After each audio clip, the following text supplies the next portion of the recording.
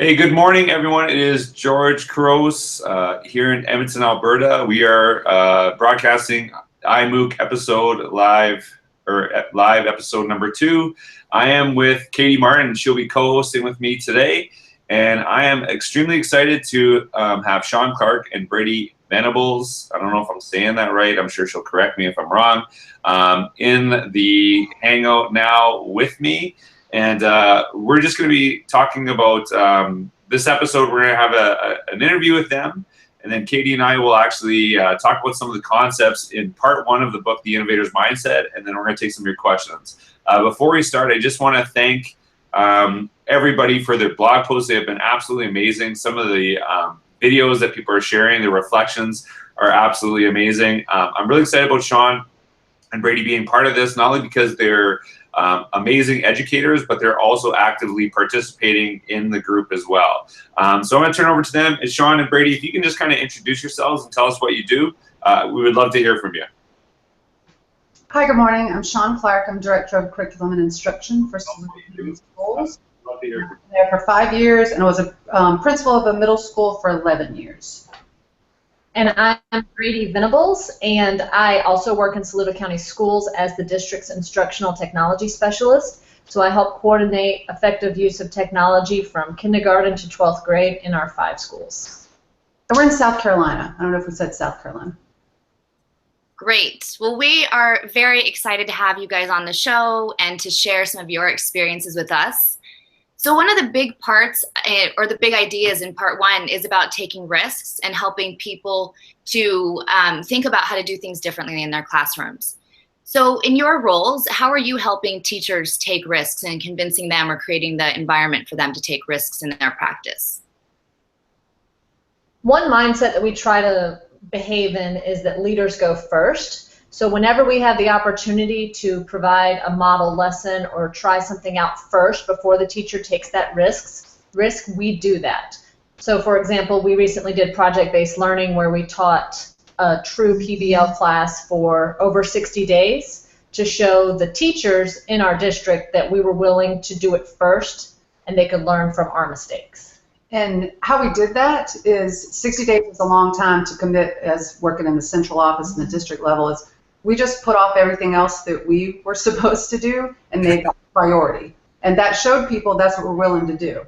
And Brady double dog dared me to a challenge recently. If you look up hashtag 500C and trying to get in 500 classrooms in 180 days. So that challenge is on as well as participating in this IMMOOC. So tell, like, how are you actually, like, give us an example of, like, something that you're doing that's, like, really modeling the way, and how have you actually seen it being embraced by teachers, and how does it actually lead to, like, students being empowered in their learning? I'm working with an 8th grade math class in our middle school, and they are creating a blog of math tutorials. And the reason it's important for our students is that we just went one-to-one, and our students in the middle school felt like they couldn't find tutorial videos to support the way their teachers were teaching the content. And we also have a large ESOL population with a lot of Spanish-speaking students. And so our students in the math class are creating this blog, providing tutorials for the units in 2 languages to support our kids in our district, but also it's out there on the internet, so it's going to support kids all over. And our kids are taking ownership of it and very excited about it and really doing the great work of creating content on the internet and not just consuming it. That's great. So building on that, one of the things that we talk about is the curriculum. There's a lot of challenges. Teachers have to get through the curriculum and feel pressured. How are you helping teachers to empower students or empowering teachers to really build curiosity and still align to the curriculum that they need to get through? Well, like she said, when we did the project-based learning, when Brady was talking about that earlier, we started with the standards in the curriculum, and we worked with the content standards. However, we also showed teachers through our modeling that the most important thing the kids came away with is that they actually became better people. I mean, we talked about it nonstop, how the biggest impact they had was that that group of students learned to work together, and they learned to search things for themselves. They learned to stop raising their hands and waiting for us to tell them things to do. They took initiative. So we modeled that, we bottled that, we presented that to several surrounding districts, state level. We've applied to present that nationally as well. So I think it was, again, going first, and then experimenting with things that'll spark the kids' curiosity that's projects we've never done before. We're about to embark on Breakout EDU. If you find their groups on Facebook, it's like escape rooms. If people have experience with those, we're bringing in Escape the Bus. We're going to try that to keep the kids curious and get them to be problem finders and problem solvers. I also think it's really powerful that the district's director of curriculum and instruction, Shawn, is in the classrooms doing these things. It's not just something that she's telling people from the district office is a good idea. She is in there side by side. So if it means she ends up working late into the night on all her paperwork, she does that so that during the school day she's in the classes, which I think is very powerful.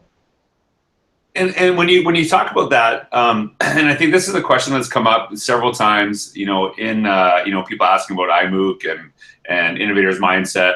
When you talk about innovation, like how do you actually, one, keep up and understand what student needs are, but how do you actually decide like what they're learning and why it's important? Like when we're shifting away from not necessarily things in the curriculum, but maybe shifting away from what we've done as traditional practices. Are you actually trying to figure out and understand what student needs are and how do we actually prepare them for the future? Well, one thing I'm really good at is I'm kind of like a teenager and a kid myself. The things that they're interested in, I'm interested in. When they talk about watching The Real Housewives, I watch every episode from every county. For research purposes, obviously. Research purposes, that's what I tell my husband. It's just about schooling. I'm trying to stay up with the kids. Plus getting into the classrooms. When we go into the classrooms, we don't really focus on what the teacher's doing. We interview the kids. So we ask them, like, what are you engaging in? Like, what do you care about? So finding out their needs through first asking them questions. One thing is when people observe, sometimes they're not really asking the kids things. So I think that helps a lot. Always knowing what the kids are into and being part of this IMMOOC helps as well. We're learning from y'all every day and then taking it directly back to our district and working with the kids and asking them more questions. And like Dave Burgess said last week, educators do read too narrowly, and so we make it our business to look outside of typical education books and blogs and things like that to see what our kids need on a broad scale. So we're both avid readers on Medium, we read business books, we just keep in touch with the kids, we build relationships with the students even though none of them are our kids, just to make sure that we're meeting their needs. So here's something that I want you to just maybe push back or make you think about or share your thoughts on, is that sometimes we'll say things like, we really listen to students, we really want to connect with them, but what happens when a student says, I really want worksheets, I love worksheets, they're the best thing ever, and do we ignore that? Or like, how would you go about that process? Because I look at a lot of kids who are extremely academic. You see that if they're conditioned to a certain system, they don't want to move away from it because they've done it very well. So what happens when you have that, challenge where you're like, this might not be better for a kid long term, but this is what they're actually asking for? That happened to us. When we did our project-based learning with third grade, the kids got very frustrated that we weren't serving them the questions and serving them the answers. And so we stopped it and we talked about how when they have a conversation at the dinner table, are they raising their hands? So we make sure that we connect it to their real world experiences that they're actually having so that they know the skills they're practicing in the classroom are really skills for the real world. Our students are academically compliant sometimes, so we do find ourselves doing some untraining, but we're very transparent with the kids about the purpose of it and talking about how this is a real world skill. And so we're not trying to get them to be good at school, we're trying to get them to be good at interacting with people. And how do you know a different way unless you show a different way? If they don't see that and experience that in the classroom, because it literally took us, I'd say, a good 2 weeks to stop children from raising their hands. They were not allowed to speak with any freedom as far as having a discussion. So you have to show it. So I think it'd be incremental. It's not like you say, no, you're never getting that worksheet, or let me give you a half a worksheet today, but we do incrementally show them the way. But it can be different. And why should they be any different when you maybe get that? Y'all talk about pockets of innovation frequently. Why should they know different when it happens in one room and they go to 5 other classes and it's so traditional in the same way? So that's normal behavior, I would say, and expected. Great.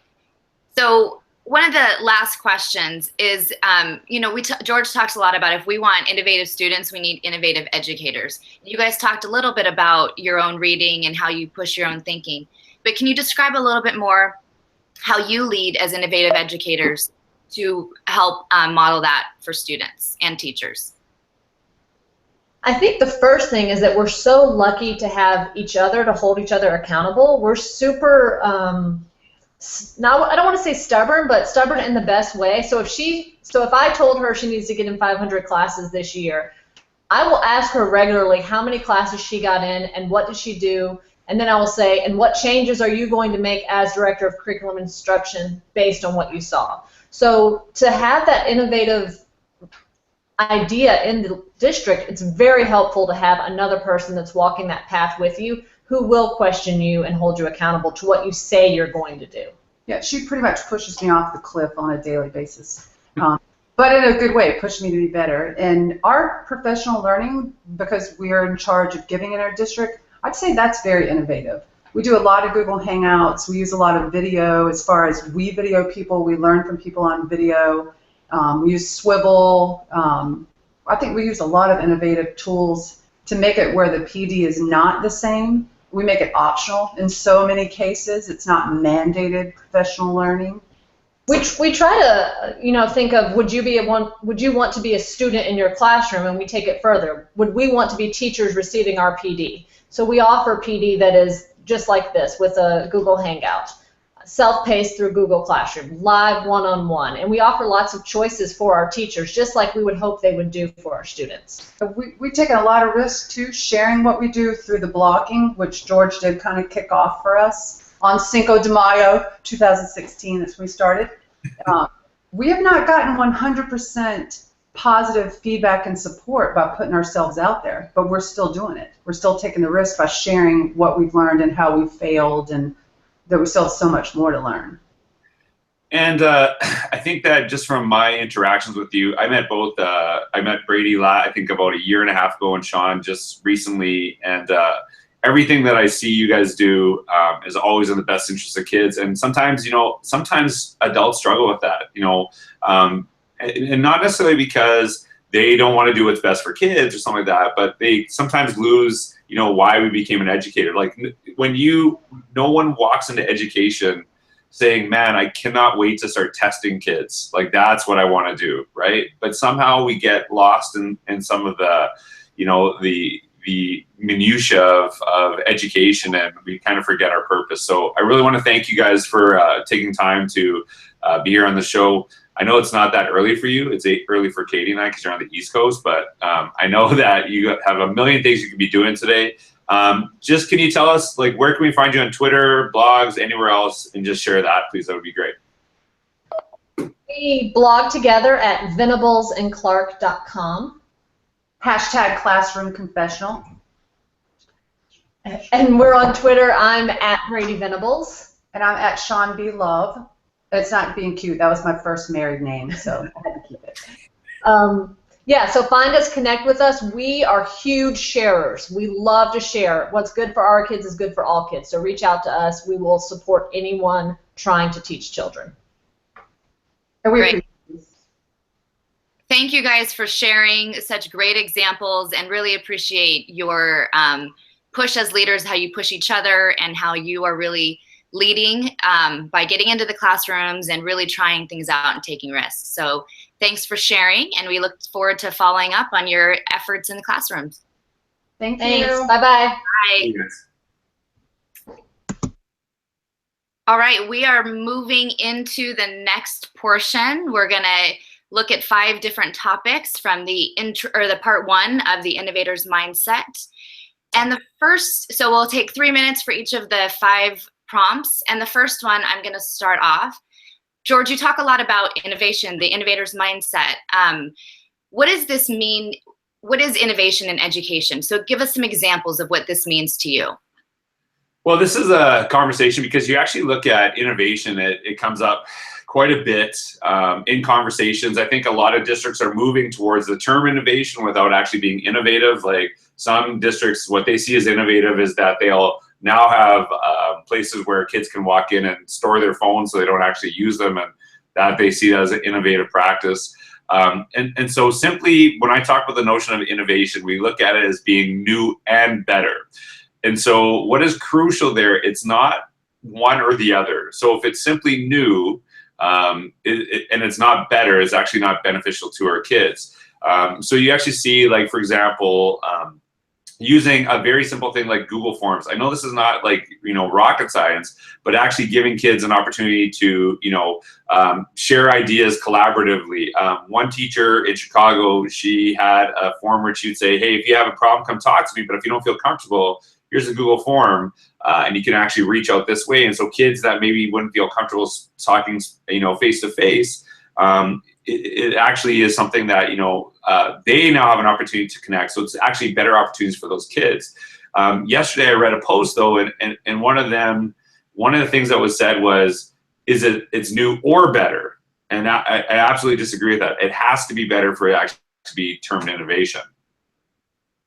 Great. And just to follow up on that, some examples, some concrete things. A lot of times teachers don't really understand what's possible for kids. And so thinking about their own experience, very often teachers use Microsoft Word and they type so they expect students to do that or write it in their journals and turn in their writing. And it's only to the teacher. And the students don't really have any purpose. So one of the things I like to do with teachers is simply get them on Google Docs or get them on the new form that they can use. I was working with a group of teachers recently, and they were so frustrated their district was moving from Microsoft Word to Google Docs. They didn't understand why. And we got on a document together, and they were giddy. They were playing and seeing their little icons coming up. And all of a sudden, these group of teachers were talking about what they could do and how they could change writing practices for kids in their classrooms. So sometimes innovation doesn't have to be a big new program or a new room, but simply allowing people opportunities to think about what exists and how to move to that next level. Yeah, and I think that what's really crucial is that even though we both gave examples of technology, both of us totally believe it's not necessarily always equated to technology. It's how you teach English. It's how you teach phys ed. It's how you promote healthy living in your classrooms. Like I read an article this morning about school moving away from detentions to mindfulness. So kids would actually go meditate and think, and they've actually seen a decrease in what is actually happening with negative actions by students because they've shifted their thinking in what they're doing. But as was stated earlier, you do not have innovative students unless you have innovative educators pushing their learning. And so this will actually go into the next question. When we talk about the notion of the innovator's mindset versus what many have embraced this notion of a growth mindset, what do you see as kind of the key differences between the two, Katie? Well, I see growth mindset is important. We all need to have it. Growth mindset that I can do better, I can learn, I can grow my aptitude, and I can do something better. But I think the innovator's mindset is taking that knowledge and that thinking that I can do better and really turning it into doing something better. So an example, you mentioned that innovation doesn't always have to be about technology, and we definitely agree. So I was working with a group of high school teachers, and they were really struggling with students being eligible for college. They're in California, they're A to G requirements. And so instead of, they were saying we were, retesting kids and we were giving them more opportunities and tutoring, and it still wasn't working. So they believed they could do better, and they were trying, and they were there to figure out a solution. But what we did is instead we went and interviewed students, and we started with that empathy and finding out what was the challenge that students were facing and what they were thinking. It turned out they were disconnected, they didn't have relationships, and they didn't really understand why they needed to take certain classes. So instead of teachers really wanting to do better, the way that they turned into from a growth mindset to an innovator's mindset is they started thinking about, based on students' needs, what programs could they put in place. So these teachers couldn't necessarily change the schedule, but they could really look at programs, and they started mentoring students differently. They started creating some checklists and things for kids to really understand the sequence and how they could progress through school. So it's a shift in thinking from, I want to do better, I can do better, to actually framing it and doing something that's going to make an impact. And I think that's a really crucial conversation. It's not that, it's the growth mindset versus innovators mindset. There's a connection to the two, is that am I able to actually take the knowledge that I've obtained and actually then go out and do something with this knowledge? Like when we look at our kids, how many of them are really good at math and how many of them are really good at doing something that with the math they have learned? And I think that's a really crucial, distinction between this, is how do you actually take your knowledge and develop? And one of the analogies that I always talk about is playing the piano. Fixed mindset, I will never learn to play. Growth mindset, with hard work, time, effort, I can learn to play. Innovators mindset, I will not only learn to play, I will compose and create music. And there's an artistry to teaching. There's an artistry to education. And how do we actually take our knowledge? If you have a kid in front of you and they're struggling with reading and you only have certain practices that you've used and none of them are working, do you actually forget about that kid, or do you take your knowledge and actually develop something? And I think that's a really crucial component to what we're doing. Great example. So the next question, or the next topic, is about innovation inside the box. We talk a lot about, we got to get outside the box, but the reality is there's a lot of constraints that exist in our school systems. Many teachers are facing, administrators, parents, students, and they have to be innovative inside the box and work within certain constraints. What does this mean to you, and how do you help teachers do that? Well, and I think that's one of the key concepts of the book, is that we talk about this, and you'll hear people saying things like, oh, we need to blow up the system. Well, I'm going to tell you this, it's not happening anytime soon. That, and if you do actually, and you see, you see areas of the world moving from public education to charter schools, and then educators are really upset about this, and there is a little bit of blowing up the system that's going, or is happening there. And so, especially when we look at like public schools and how they connect, there are always going to be constraints. There's never going to be enough money. There's always going to be curriculum, probably to some extent. And I think that what we have to do is say, okay, these are the constraints that we work with, and what will we actually do within them? So taking something from the curriculum, and a lot of teachers will push back on this. Well, George, I have to teach a curriculum. And what I tell people is that it doesn't tell you how to teach it, just kind of what you do and how do you actually connect and share. And one of the conversations I've been having on my blog recently, somebody said, why do you have to actually get a kid to make a video, like if you're just focusing on the notion of probability? Well, the thing is that when you're actually teaching probability and they're making a video, they're learning all these other skills through the process while also going deeper in their thinking. The analogy I always use is that mine is a 6-second video service, and a bunch of people look at it and wonder what you could possibly do with 6 seconds. And then other people look at it and say, you should see what I can do with 6 seconds. The platform is exactly the same, and this constraint is the same, but it's how you think with inside the box that you work with that actually where a lot of innovation actually happens. That's a great example. And another one that I think about a lot is planning and time. Teachers, there's never enough time for teachers to work together. And so we're always saying, I'm struggling, I can't plan this lesson. But in some schools that I've worked in, we've really looked at the schedule, and we have only a certain amount of time in the day. We have a certain amount of things we have to get done.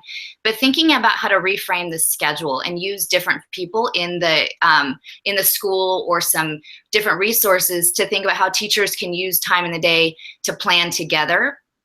So you're still working within the constraints, but really figuring out how can we do things differently so that teachers can work together and plan and really collaborate and push one another, I think is another way to think about flipping the system.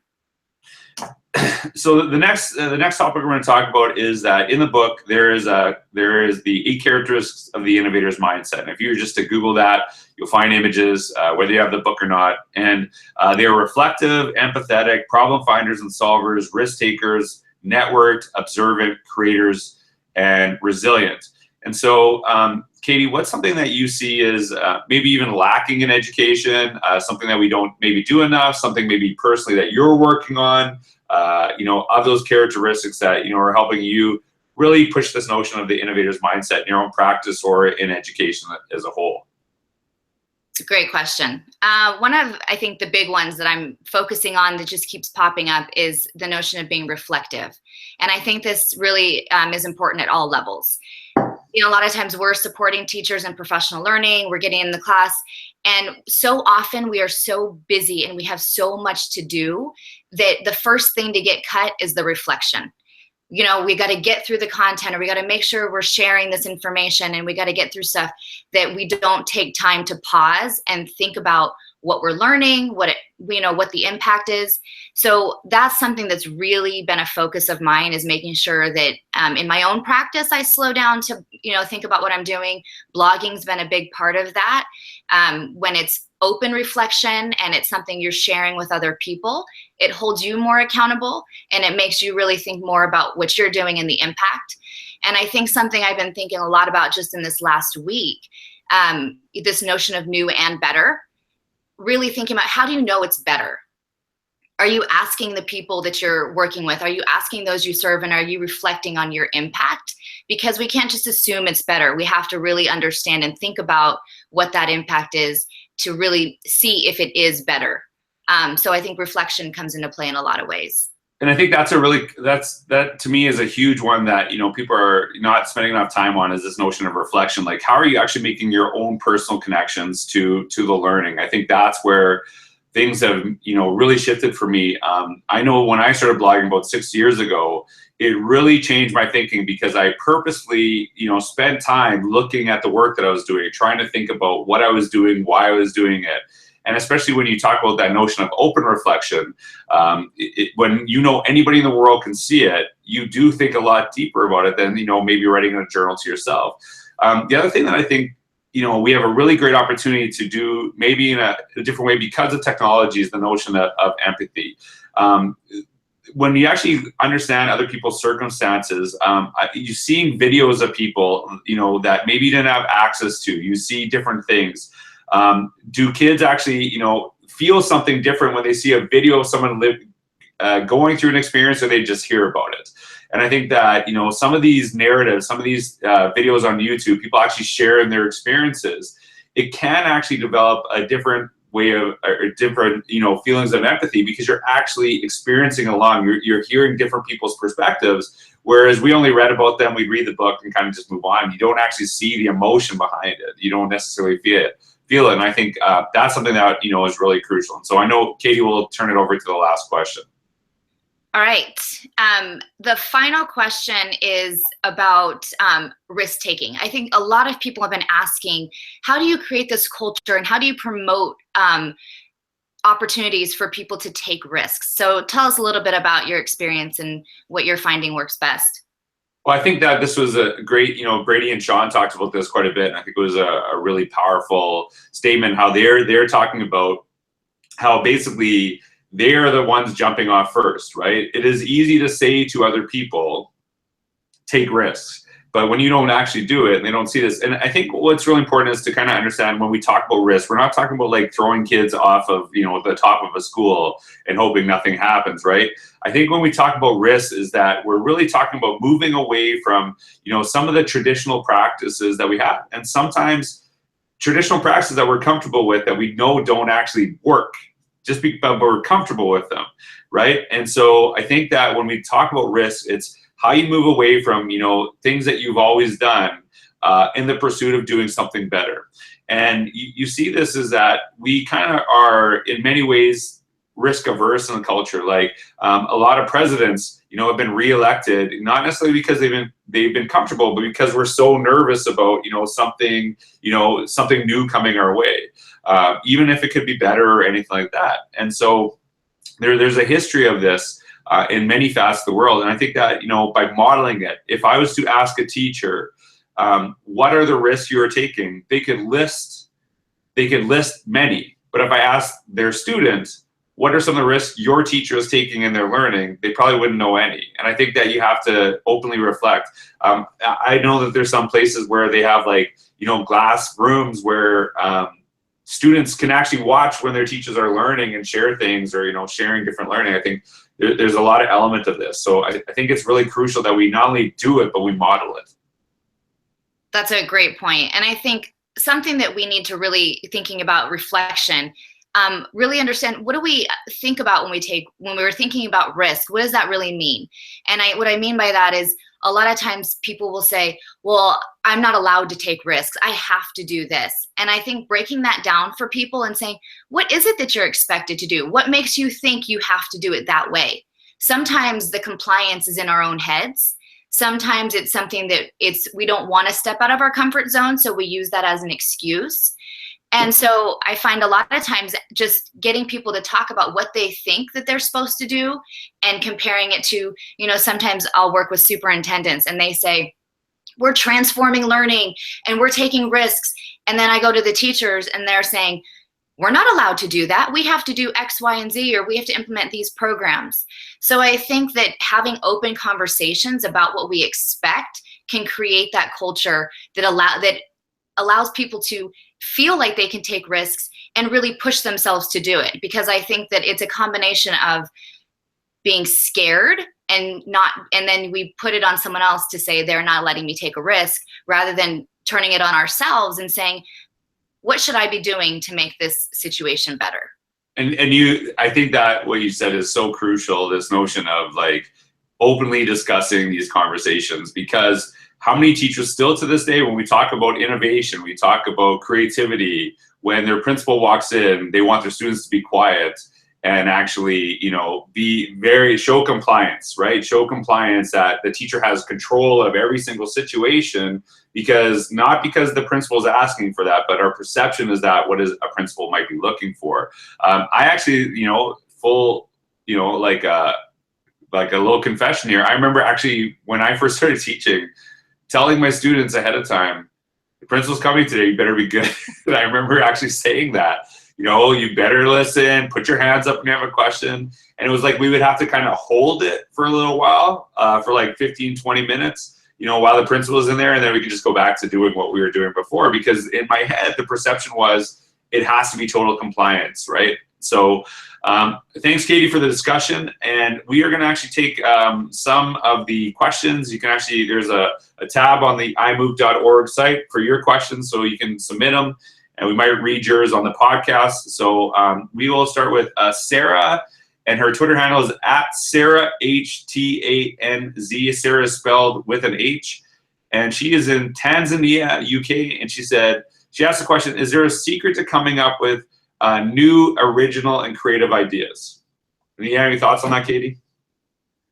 I think the secret, and you say this a lot, is having more ideas, talking to more people. When I think of something and I think it's a great idea, I go and talk to some of my colleagues. I go and ask teachers. I share on Twitter and get feedback. And it's amazing, just the more you run up and read or ask other people, get different perspectives, how many more ideas you can have. I think that we can't stay inside of our own our own environment. We have to push out. And I think this is also beyond education, trying to talk with other people. We're really trying to do a lot of work in San Diego, connecting the business community, entrepreneurs, education, because I think there's so much that we can all learn from each other.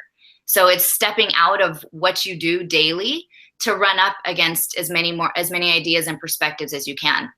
And I think I term that created serendipity. That serendipity happens because you put yourself in circumstances where these things can actually happen. And one of the things, like you'll see teachers, that are connected. Obviously, they're oftentimes, maybe flirting with Genius Hour, trying something, but it's just a variation of that as well. And I think that what a lot of teachers are looking for is they want to come up with something that nobody has ever done. And that's not necessarily the best approach. It's coming up in your classroom in the respect to your students.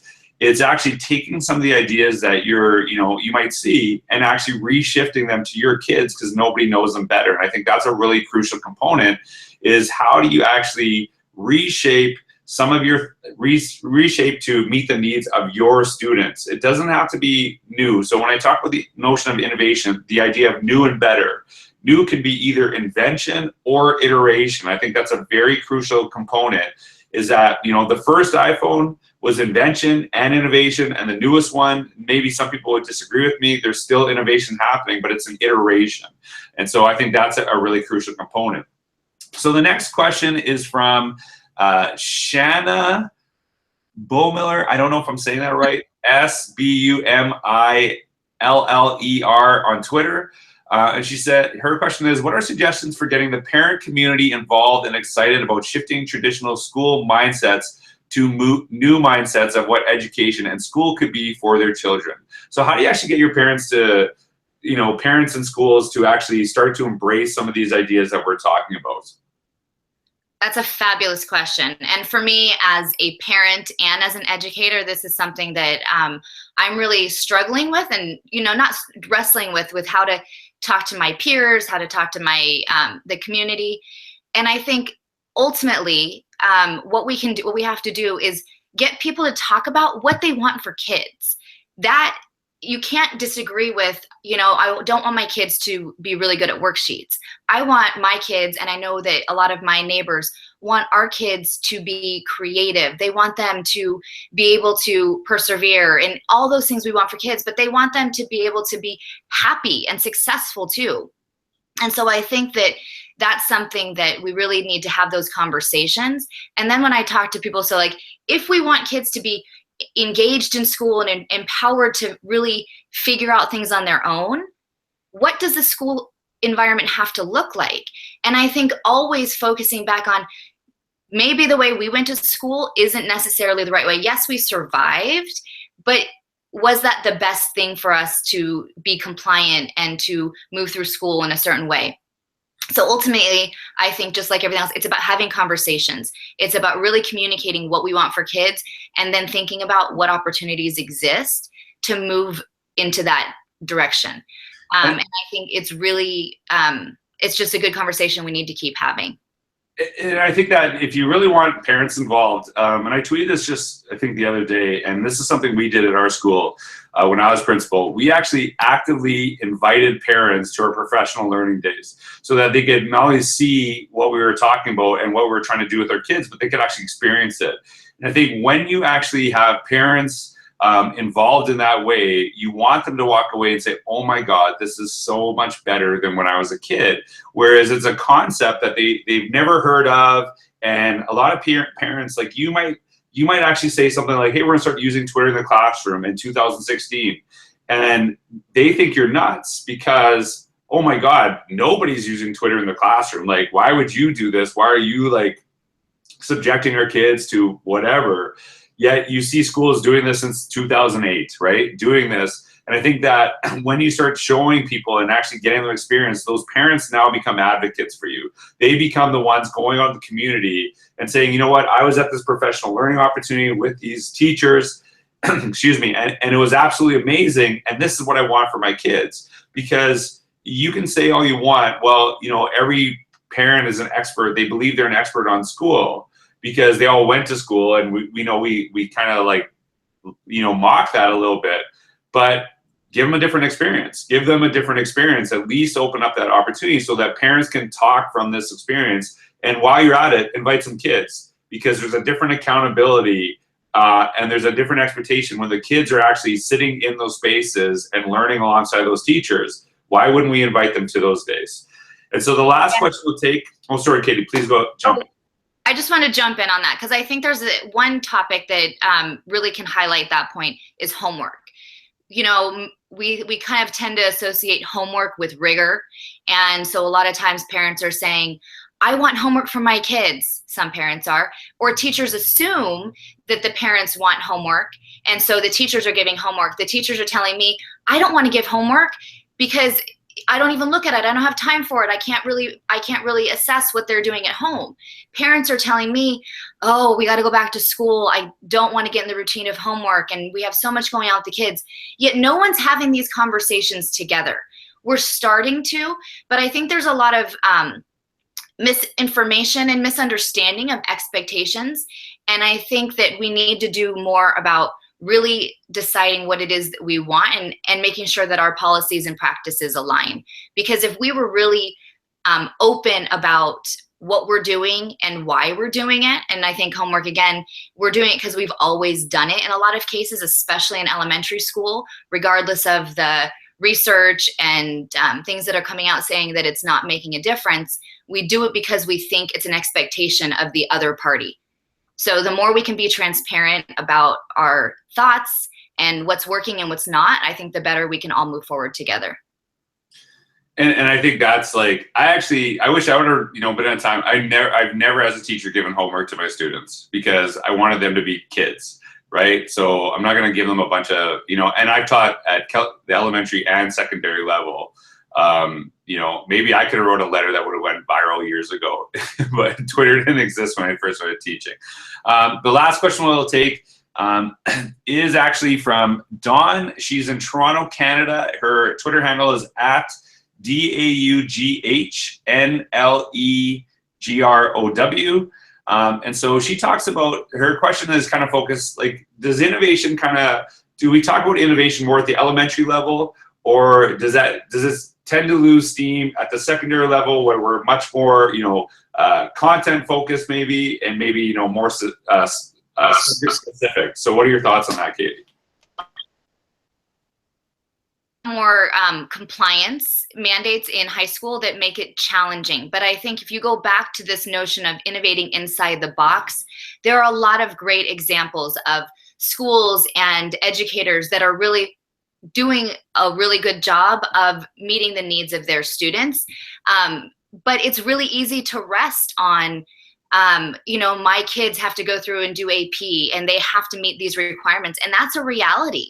So it's a challenge for teachers to think about, and it's scary sometimes to think about how to change their curriculum and what they're doing with students because they're expected to prepare them for a certain test.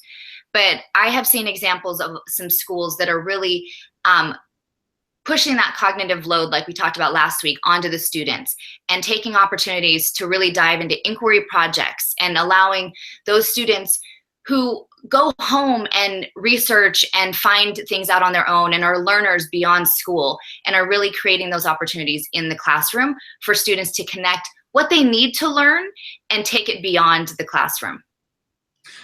And one of the questions that I talk about quite often is how do we actually get students, teachers to think differently about how they're teaching and what that actually looks like. And one of the questions I pose is, in our world today, what is actually more important to teach? How to write an essay or how to write a blog post?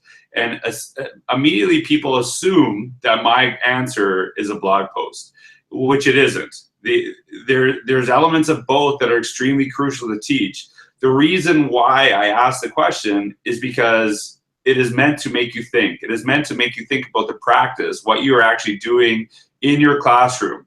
Like, we know that you're going to teach an essay, that, English teachers are often going to teach an essay, but I don't know if they're going to teach a blog. And this week I was talking to some English teachers, and it was really fascinating to me. I said, if you didn't have to mark your students' essays, would you read them for enjoyment? And the answer was no. They wouldn't even read their own essays. And so are we getting kids, and somebody said this in the workshop, is that some kids believe that the only type of writing is the 5-paragraph essay, that there's no other types of writing out there. Do we actually get kids to write in ways that we would actually want to read if we weren't forced to do it as part of the job? And I think that we need to start asking more and more questions. And this would be a great blog prompt. What are some of the questions? What are some questions without answers that we need to consider, that we need to get people to really rethink how they're doing how they teach and how they learn in the classroom? Because we can't just continuously say we're teaching essays because we've always taught essays. We have to rethink, what does the world need? What are we doing? We still have, people being tested on how to write a newspaper article while newspapers are all dying around us, and people are going away from that format. So I really want to thank people for participating. I know for some of you it's an early morning. I see Shanna Spicard, Nikki Davison, Annette Lang, Jane, Gail Cole, and so many other people, Susan Can, who's always a huge supporter of the work that we're doing here. I want to just kind of give you brief shout outs for participating in Twitter. So we, on the blog post, there's some blog prompts. We want to continue seeing those short video reflections on Twitter. I think it just brings us together as a community, comment to other people's blogs, but Kaylee and I really want to thank you for participating. And Katie, if you have any last words to anyone listening. I just want to echo that. Thank you guys very much. I love reading the blogs. You know, they keep coming, such new thoughts and new ideas. And I've just really enjoyed the community, and you guys reaching out and supporting one another has also been really fun to see. So keep doing it and keep sharing those great ideas. So thank you for participating. Every one of these Hangouts is going to be in a podcast, so please share with others. We are looking forward to continuously connecting. I hope you enjoy the next part of the book. Thank you.